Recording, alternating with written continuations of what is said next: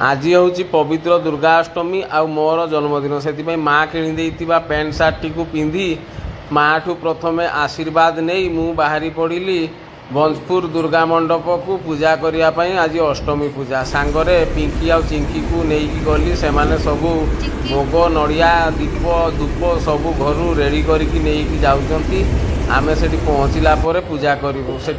पहुँचलु ये हूँ सामना पटर दृश्य ए वर्ष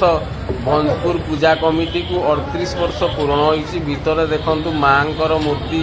केते लोभनीय केते आकर्षणीय केते लोकों भीड़ अच्छी पुष्पांजलि देवे बोली समस्ते बहुत भीड़ आमको तो प्राय अध घंटे वेट करने पड़ा भोग लगे और पुष्पांजलि से भितर आमे